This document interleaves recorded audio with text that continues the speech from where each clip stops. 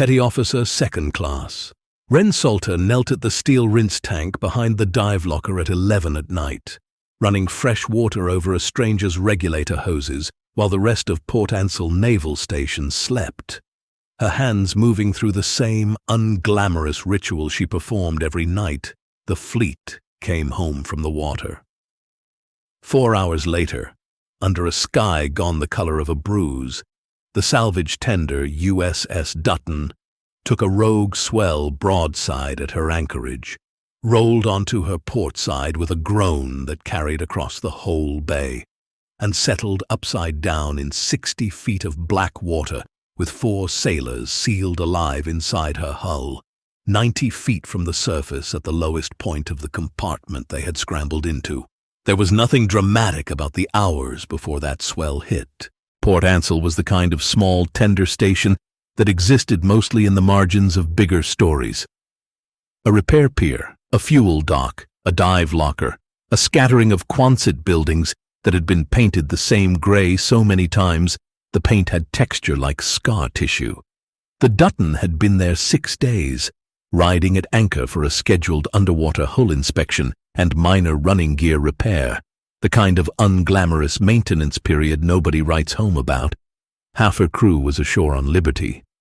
The other half was asleep in berthing when the sea, for reasons the harbor master would spend weeks afterward trying to reconstruct on paper, delivered one freak swell out of a flat, unremarkable night and put 91 years of naval engineering upside down in less than 90 seconds. The word came over the base emergency net in the flat, over-careful voice that people use when they are trying not to let panic leak through, and within 11 minutes, there were more officers standing on the pier at Port Ansell than Wren had seen gathered in one place in the 2 years she had been assigned there, all of them staring out at the water, where the Dutton's barnacled keel now broke the surface like the back of something that had died mid-stride. Crash boats were already circling, their searchlights sweeping long white cones across water gone the color of gunmetal, pulling soaked, shivering sailors out of the swells one at a time. 37 of the Dutton's 41 souls were accounted for within the first 20 minutes, hauled aboard launches, wrapped in blankets, coughing up seawater, and counting each other's faces in the dark to see who was missing. The counting kept coming up short by 4, and the 4 names it came up short on were the 4 that mattered most in that moment to everyone standing on that pier. A signalman named Petty Officer Delray had noticed, in the scramble to get people off the sinking tender, that one of the sound-powered phone circuits running to the aft machinery flat had not gone dead with the rest of the ship's wiring. It should have.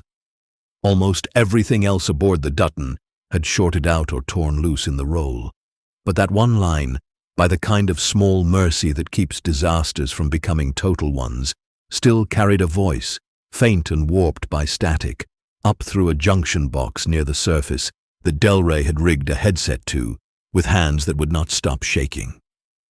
4 names came through that line in the first exchange. Machinist's Mate 1st Class Thomas Ketch, Petty Officer 3rd Class Marek Innes, Seaman Priddy, first name lost in the static, Petty Officer 2nd Class Dove Corso. All 4 trapped in the aft machinery flat, all 4 alive, all 4 telling Delray the same thing in different words. The compartment had a pocket of air trapped against what used to be its overhead, and the water inside it was still rising. Navy salvage divers had inherited this exact kind of call, for as long as the service had been sending ships to sea. There was a long institutional memory of hulls going over in harbor and men trapped inside air pockets that were, in truth, nothing more elegant than an inverted bucket holding its shape against a rising tide. Old stories passed diver to diver about crews decades ago who had cut and burned and dove their way into capsized ships to bring trapped sailors out alive, sometimes against odds far longer than anyone standing on the Port Ansell pier wanted to think about that night. Every diver in that community grew up hearing some version of those stories in training, and every diver understood, without needing to be told twice, that an air pocket like the one now holding 4 lives inside the Dutton was a mercy with an expiration date nobody could read from the surface. It was, Delray thought later, the reason nobody on that pier needed convincing about how much time actually remained. Everyone who had spent a career around Navy diving already carried that number in their bones, even if none of them said it aloud. She was standing at the very edge of that crowd, in coveralls that still smelled of the rinse tank behind her, holding a mesh bag of somebody else's fins, because rinsing and racking gear was what she did, and nobody on that pier had any reason to look twice at her. That was going to change before the sun came up, and it was going to change because of math. Nobody wanted to say out loud, 4 men breathing recycled air in a shrinking pocket, 90 feet down, inside a wreck with no drawings anyone trusted, and the only divers in the entire region qualified for hull penetration work were a full day's transit away, aboard a Navy salvage barge, working an unrelated recovery job far to the south, a unit that could not physically arrive in time to save any of them. Her name meant nothing to the men on that pier. By dawn, it would mean something to all of them, and the story of how that happened starts 3 years before the Dutton ever rolled, on a morning when a younger, quieter version of Wren Salter walked away from the water and told herself she would never go back in. Nobody at Port Ansel knew that story. They only knew the one they had written for her, which was short and unkind, and until that night seemed to explain everything. The tech who only touches gear after the real divers are done with it. Let it be said plainly, before anything else, that Wren Salter had once been one of the most capable confined space divers to come through her training pipeline, and that the reason she now spent her nights hosing salt crust off other people's regulators was not a lack of skill. It was a debt she believed she owed to a man who never came back up, and a promise she had made to herself in the ugliest week of her life that she would never again be the reason somebody's family had to bury an empty casket. The dive locker at Port Ansel was a squat cinderblock building at the end of the pier, half workshop and half chapel, hung with drying wetsuits and smelling permanently of neoprene, silicone grease, and the particular metallic tang of compressed air.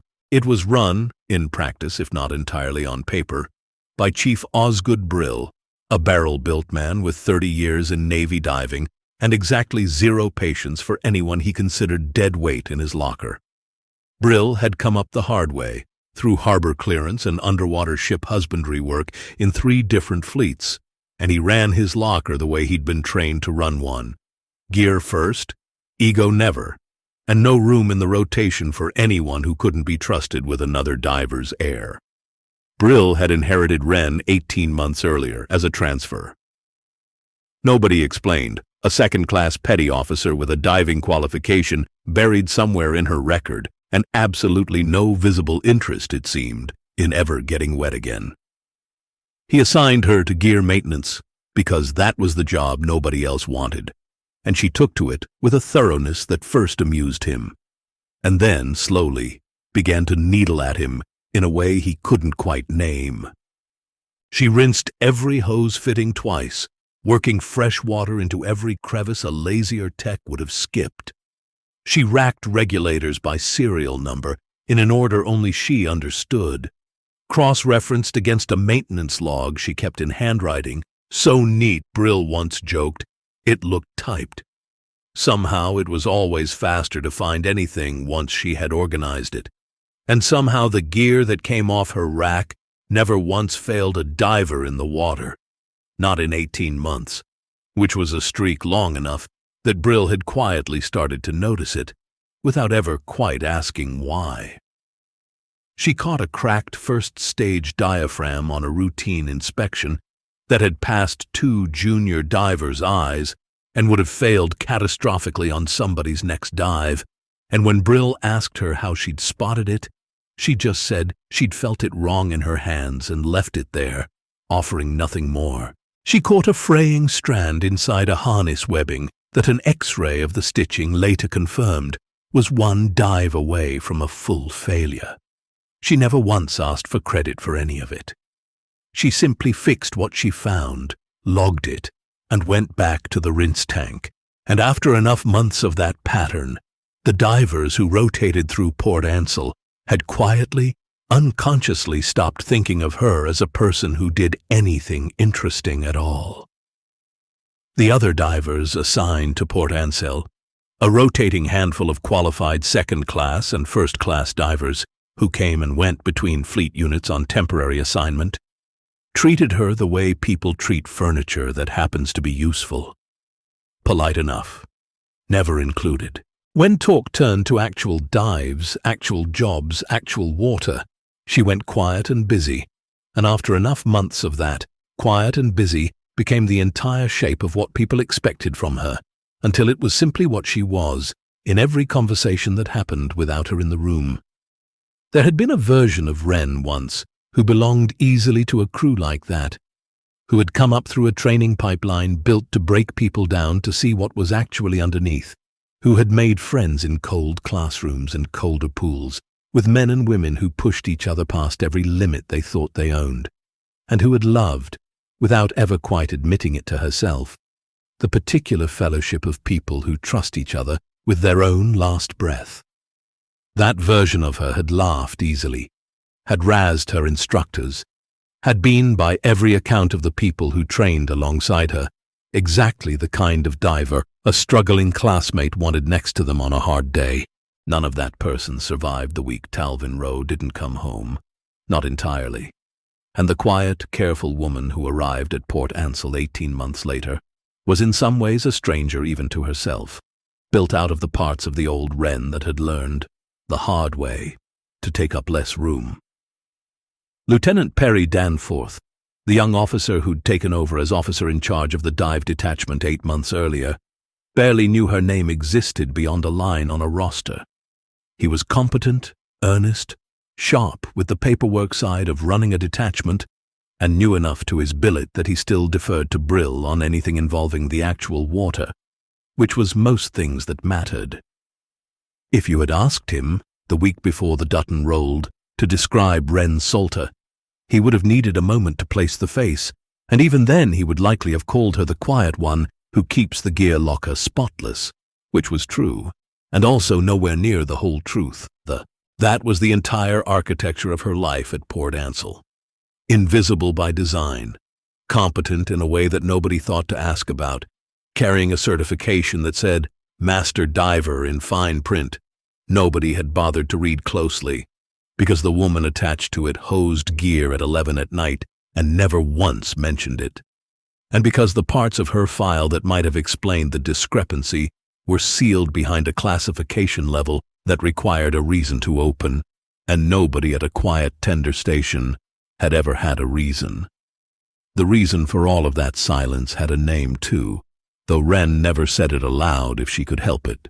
3 years earlier, in a different fleet, assigned to a harbor clearance detachment under a different chief, she had been the diver on the line when a partner named Talvin Rowe went into a collapsed engine room after what was supposed to be a routine training penetration, a controlled exercise inside a decommissioned hull with every safeguard the manual required.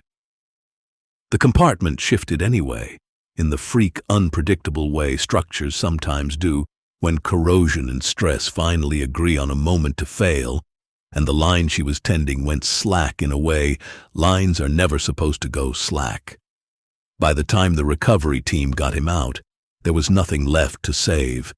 The formal inquiry cleared her in writing without qualification. Every procedure had been followed to the letter. The compartment's structural failure had been unpredictable, a freak collapse nobody's checklist accounted for, and the board said so plainly. None of that mattered to the part of Wren that replayed the slack line every night for a year afterward, that woke from the same 3 seconds of memory, with her hand already reaching for a line that wasn't there. It did not stop her from putting in for a transfer to the quietest, driest-sounding assignment she could find, which turned out to be gear maintenance at a small tender station most divers considered a dead end and a demotion in everything but rank. She told herself she was done. She told herself the water didn't need her anymore, and she believed it so completely that she stopped correcting people when they assumed she'd never really been a diver at all, just someone who'd washed out of a program and landed somewhere safe. It was easier to let the smaller story stand. It cost her nothing but her pride, and pride, she had decided in the ugliest week of her life, was a luxury someone with Talvin Rowe's name in her memory didn't get to keep. She still dreamed about the water sometimes, in the specific technical way divers dream, currents and gauges and the particular quality of light 40 feet down on a clear day. And she woke from those dreams with her chest tight and her hands already flexing, as if some part of her body refused to accept the promise the rest of her had made. She never told Brill about the dreams. She never told anyone. She rinsed hoses instead and racked fins by size and told herself that was enough of a life, until the night the sea decided otherwise. Which brings us back to the pier, minutes after the Dutton rolled, where Chief Brill stood with his jaw set and his eyes locked on the exposed keel, doing the same brutal arithmetic. Every experienced diver on that pier was doing in silence and coming up every single time, with an answer nobody wanted to say first. The compartment the four men had scrambled into, a machinery flat aft of the engine room, sealed by a hatch that had, by pure chance, ended up above the rising waterline once the ship settled upside down, was trapping a pocket of air the way an overturned cup traps a bubble in a filling sink. It was not a permanent solution. It was a slow, degrading mercy, and everyone who understood how confined air pockets behave understood exactly what that meant. The volume would keep shrinking as the water crept higher, and the quality of what remained would keep degrading as 4 sets of lungs kept using it, breath after breath, hour after hour, in water cold enough to steal a man's core temperature at a rate that mattered nearly as much as the air itself. Lieutenant Danforth had the duty roster in his hand and a knot in his stomach, because the roster told him exactly what he already suspected. Port Ansell's 2 qualified second-class divers were both ashore on approved leave, 40 minutes out by truck at the very best. The nearest Navy salvage team certified for genuine hull penetration work, confined, collapsed structure diving inside a compromised wreck, categorically different from the open water inspection dives most divers at a station like Port Ansell actually trained for, was aboard a barge, a full day's transit south, finishing an unrelated recovery job that could not simply be abandoned mid-operation without its own risks. "A day," Danforth said to Brill, hearing how impossible the word sounded, even as it left his mouth. "Best case, they're here by tomorrow night." Brill didn't answer right away. He was watching the water, doing the math Danforth hadn't quite finished doing himself. An air pocket in a compartment that size, with 4 men breathing it down, degrading in quality faster than it was shrinking in volume in water this cold. Best guess, hours, not a day. Not close to a day. On the sound-powered line, Delray kept relaying updates in a voice gone hoarse from strain. Ketch's voice on the other end, steady but thinning, reporting that the water had crept up another 6 inches, that Priddy had stopped answering when they said his name, that they didn't know how much longer the air would hold. "Then we don't wait for a day," Brill said, and turned to the pier behind him, already running through every diver he had on hand, which numbered exactly 0 qualified for what that compartment needed. Port Ansell had never been staffed for this. It was a maintenance station, not a rescue command, and the gap between the two had never mattered, until the one night it mattered more than anything. It was at that moment, with Danforth reaching for the radio to call every unit within 300 miles, and Brill running through a mental roster that kept coming up empty, that Wren Salter set down the mesh bag of fins she'd been holding, walked past both of them without asking permission, and started pulling gear off the rack. Salter. Brill's voice had an edge of genuine confusion in it, the sound of a man watching something happen that didn't fit any version of the world he understood. "What are you doing?" "Getting dressed in," she said, not looking up from the harness she was already adjusting, her hands moving with a fluency neither man had ever seen from her. Fast and certain in a way that made the question answer itself before Brill could ask it again. She checked her own first stage the way she checked every diver's gear she'd ever inspected, running her thumb along the hose fittings, testing the purge valve, working through a sequence so automatic it looked, to anyone watching, like something closer to instinct than procedure. "You rinse gear," Brill said, and it came out harder than he meant it to, not cruelty exactly, but disbelief wearing cruelty's clothes, the reflex of a man whose entire understanding of this woman had just been contradicted in 4 seconds flat. "You're not qualified for hull penetration. Nobody at this station is." "I am," Wren said, and for the first time in 18 months, she looked him dead in the eye instead of past him. "I've done it before. Collapsed compartments, worse visibility than this, structures nobody trusted the drawings for. I'm the only qualified diver standing on this pier, Chief, and there are 4 men down there whose air isn't waiting for you to believe me." Danforth had lowered the radio. He was staring at her the way you stare at a locked door that has just, impossibly, opened from the inside. "Show me your record," Brill said, because 30 years of caution didn't dissolve just because a locker tech suddenly sounded like someone else entirely. "There isn't time," Wren said, cinching the last strap on her harness. "And half of what's in it is sealed anyway. You can read it after. Right now you can either help me check this rig or get out of my way, because I am going in that water with or without your blessing." There is a particular kind of silence that falls over experienced men when they realize all at once that the person in front of them has stopped asking for permission and started simply being what she has always been. That silence held the pier for perhaps 3 full seconds, long enough for Brill to run his eyes over her rig, checking it out of pure professional reflex, and find nothing wrong with it. Nothing. Not one strap out of place, not one fitting improperly seated, the whole assembly built with the unconscious precision of someone who had done it 10,000 times. He thought, in that half-second, of the surface-supplied rigs stowed in the back of the locker, the heavier systems with their long umbilical hoses that gave a diver nearly unlimited air at the cost of mobility. The kind of setup Brill would ordinarily insist on for structured work like this. But an umbilical meant a tender managing hundreds of feet of hose through an inverted, collapsed hull with unknown obstructions, and there was no time to rig it, and no certainty it wouldn't simply snag and strand her the first time she needed to move fast. She had already made the same calculation faster than he had, which was its own kind of answer. "Danforth," Brill said, without taking his eyes off her.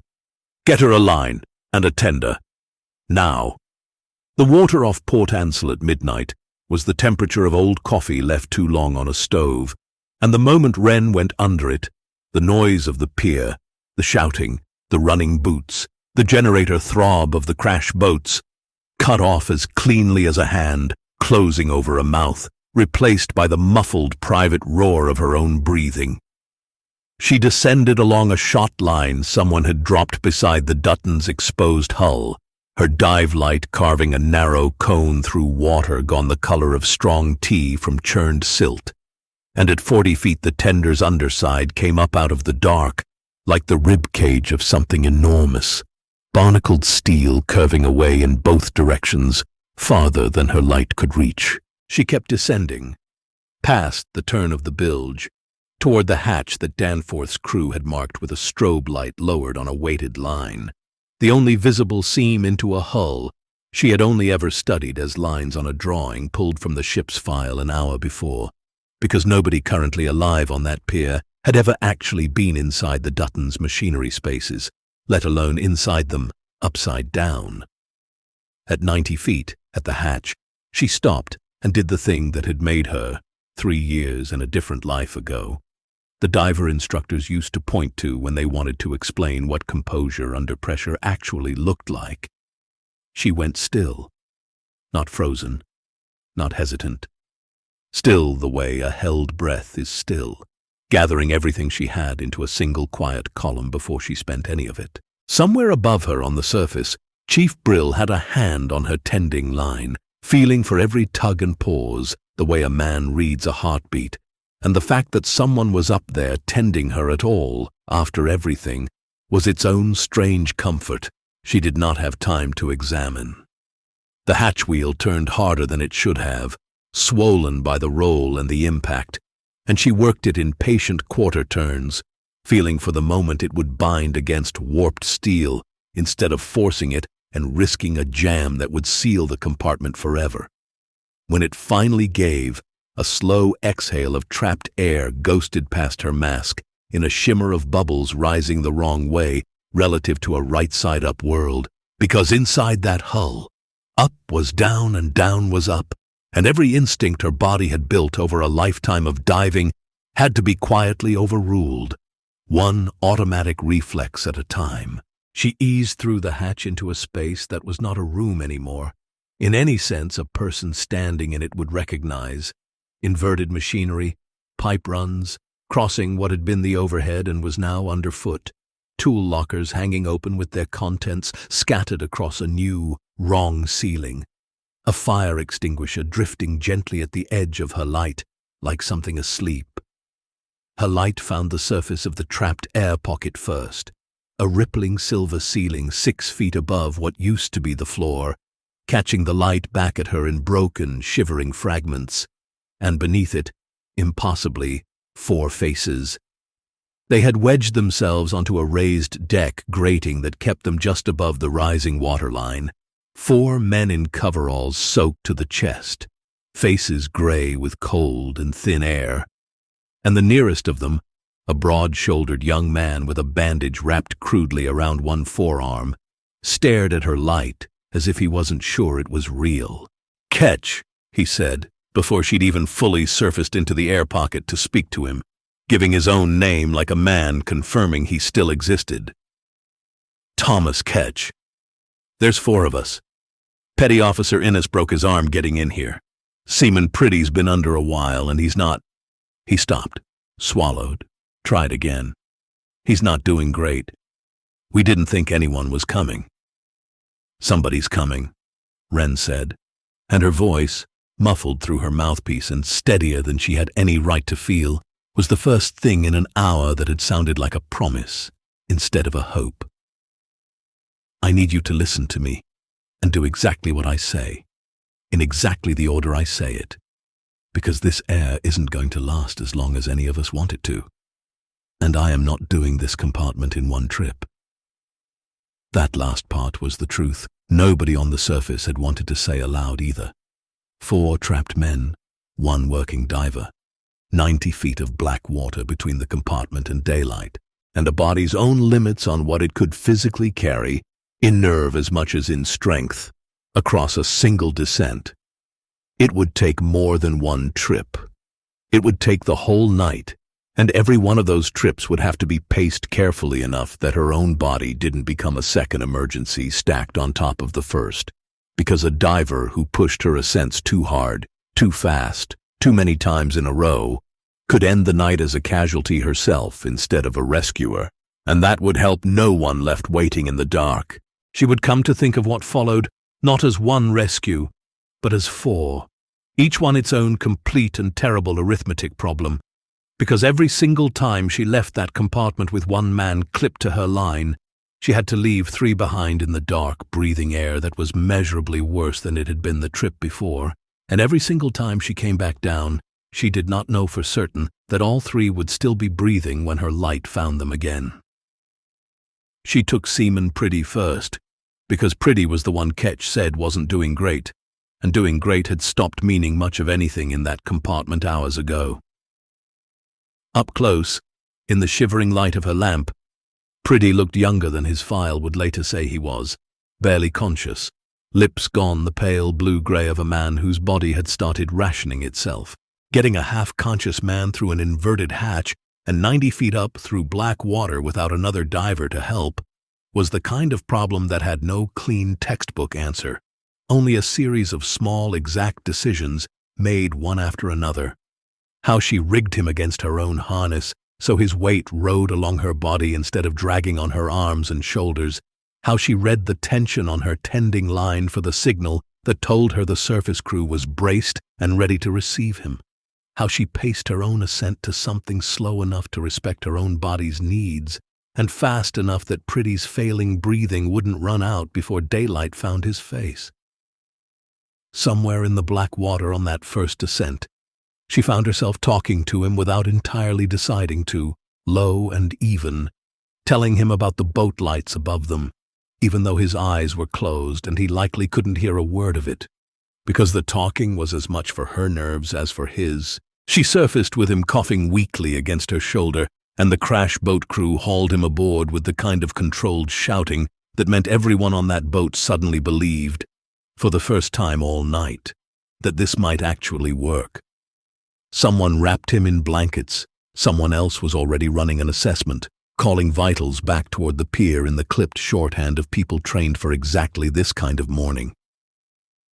Wren didn't stay to hear the numbers. She went back down before her own breathing had fully settled, because 3 men were still in that compartment, and the air above them had not stopped getting worse while she was gone.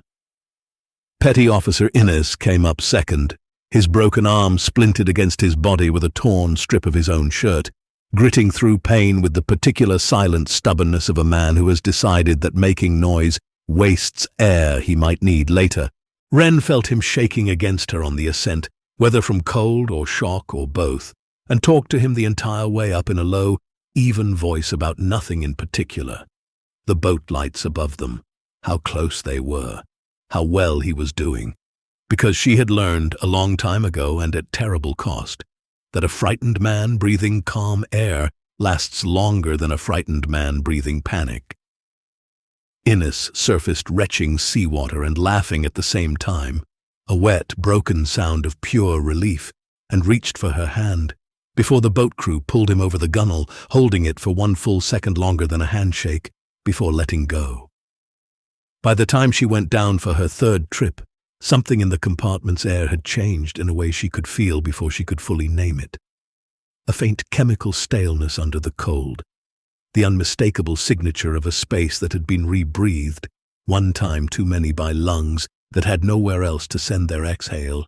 The 2 men left, Ketch and Corso, had gone very still on their grating, conserving everything, speaking only when they had to, the way men do when some animal part of them has already started doing its own quiet math about how much longer speech is a luxury they can afford.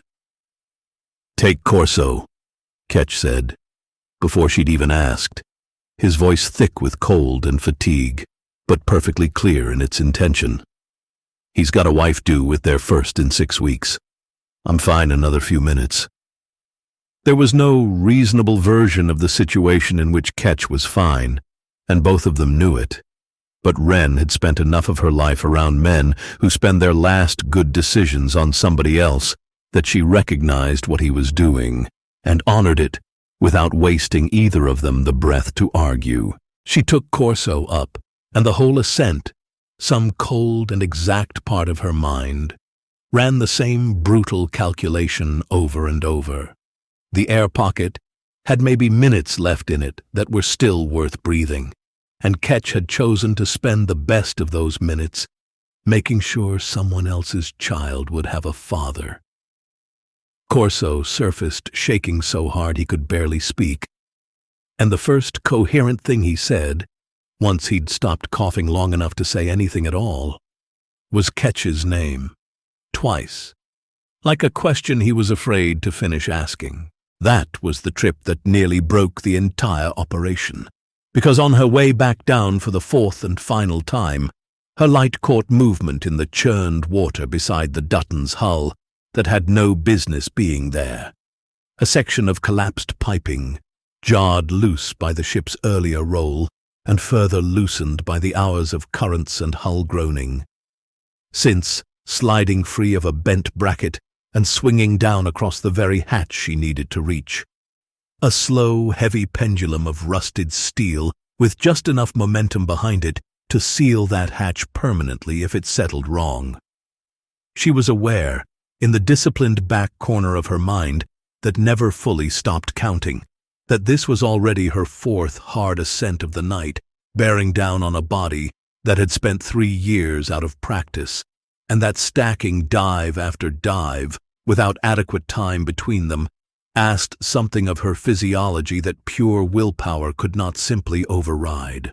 She filed that awareness away without letting it slow her hands, because Ketch's math was worse than hers by an order of magnitude, and there was no version of that night where she let her own margins matter more than his.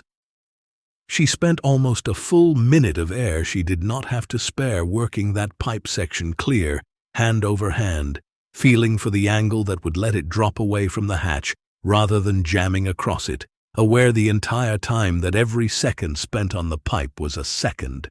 Ketch was breathing air that had almost nothing left to give him, and aware too that her own margins, the cumulative toll of 3 hard ascents already behind her that night, were thinner now than they had been on the first trip down. When the pipe section finally swung loose and settled against the seabed with a dull clang she felt in her chest more than heard, she pulled herself through the hatch into a compartment gone eerily quiet. The air pocket shrunk lower than she had seen it all night, and found Ketch slumped against the grating with his eyes half closed, still breathing, but only just. "Stay with me," she said, and there was something in her voice in that moment that was not calm anymore so much as it was fierce.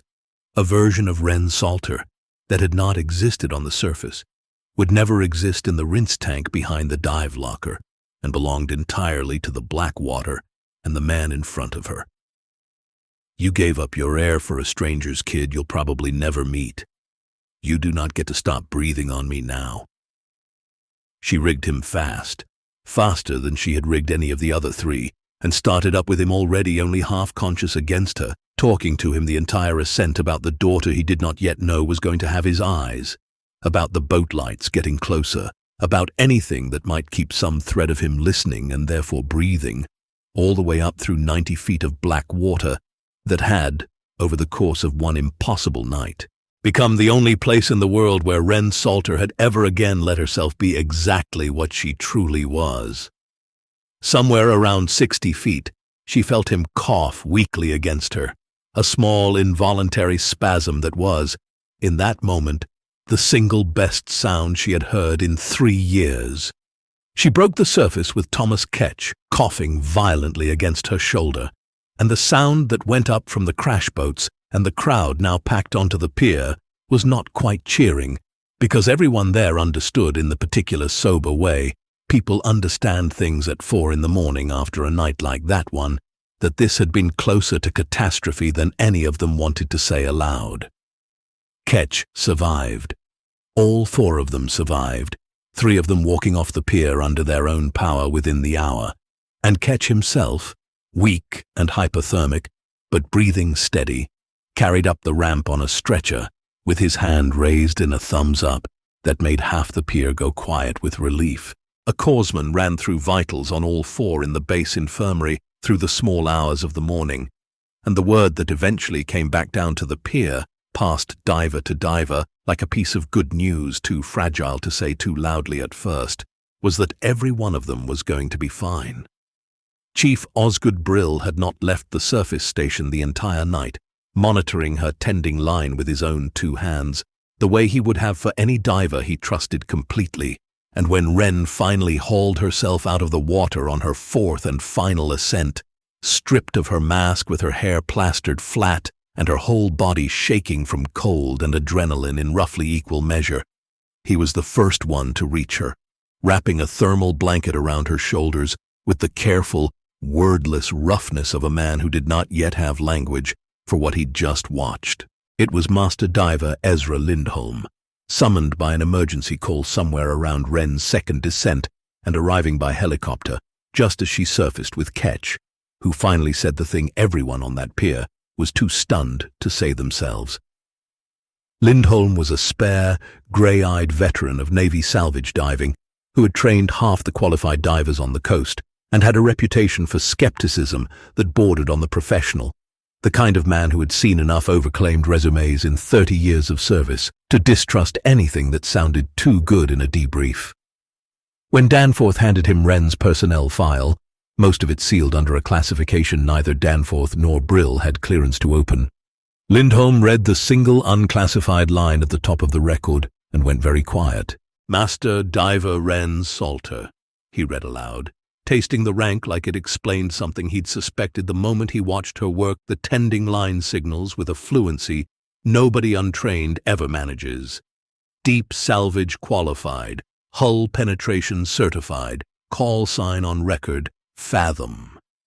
He looked up at Brill, at Danforth, at the woman standing wrapped in a blanket at the edge of the pier, looking like she wanted nothing more than to disappear back into the dive locker. "You had a master diver hosing gear in your locker for 18 months, Chief, and you never once thought to ask why a gear tech's hands moved like that." Brill didn't answer right away. He was looking at Wren the way a man looks at a piece of ground he thought he knew the shape of, discovering all at once there had been a whole unmapped depth to it the entire time, present under his feet the whole 18 months and never once surveyed. "I didn't want to be asked," Wren said quietly, when the silence had stretched long enough that somebody needed to fill it. And for the first time in 3 years, she let a little of the true shape of it show. Not all of it, never all of it, but enough. "I lost a diver on my line once, followed every rule there was and lost him anyway. And I told myself I was done, that I'd let somebody else be the one who goes down. I still believe most of that. I just couldn't watch 4 more men run out of time because everyone qualified to help them was a day away." Lindholm nodded slowly, the way a man nods when he recognizes a wound he has seen before in other divers who never fully came back from losing someone. He didn't press her for the sealed parts of the record, and nobody on that pier ever would, because some things a person carries are owed nothing but respect for their weight, not an audience and not a debrief. He simply closed the folder, handed it back to Danforth, and said the only other thing that needed saying that morning. "Whatever happened to put you in a rinse tank for 18 months, petty officer? It's over now. A diver like you doesn't get to disappear. The Navy doesn't have enough of you to spare one." What changed in the days that followed was smaller than a parade and larger in its own way than any medal ceremony could have been. Chief Brill stopped assigning her to gear maintenance and started assigning her, quietly and without ever quite admitting he'd been wrong out loud, to the dive locker's actual working rotation. And on her first open water dive back with the detachment, it was Brill himself who carried her rig down to the boat and checked her regulator before she went under, the same ritual he performed for every diver he genuinely respected, and had never once performed for her before that morning. Lieutenant Danforth requested, and eventually received, an unclassified summary of Fathom's service record for the detachment's own files, not the full sealed history. Just enough for the men and women under his command to understand who had been standing among them the entire time, hosing down hoses at 11 at night, saying nothing, waiting for a night when the only qualified diver in 300 miles would need to be her. He kept a copy of that summary in his own desk drawer afterward, less for the record and more, he admitted to Brill once, as a reminder never again to assume he knew the full measure of anyone under his command, just because their job looked small on paper. Thomas Ketch, once he'd recovered enough to leave the base infirmary, found her at the rinse tank behind the dive locker on a gray, ordinary morning about a week later, and simply stood there for a moment before he spoke, watching her run fresh water over a stranger's regulator hoses exactly the way she always had. "You know you don't have to do this anymore," he said. "The rinsing, the racking, not after what you did." Wren looked up at him, and something that was almost a smile moved across her face, quiet and unhurried. "I like doing it," she said, and meant it, because there was a kind of peace in that ritual that had carried her through 3 years of grief she had never fully spoken aloud to anyone, and she was not in any hurry to give it up just because the world had finally noticed what her hands could also do. "Somebody has to make sure the next diver's gear doesn't fail on them at 90 feet. Might as well be somebody who knows exactly what that failure costs. Ketch didn't have an answer for that, so he simply nodded, the way a man nods at a truth too large to argue with, and told her before he left that his daughter, born healthy 6 weeks later, exactly on schedule, as if she too had understood there was somewhere important to be, would grow up knowing the name of the woman who made sure her father got to meet her. Wren didn't know what to say to that, so she said nothing, and let the sound of running water fill the space where words would have been. Word of that night moved through the wider fleet, the way these stories always do, informally, diver to diver, station to station, until sailors who would never meet Wren Salter in person knew her callsign anyway, spoken with the particular respect reserved for people who do the math correctly when it counts.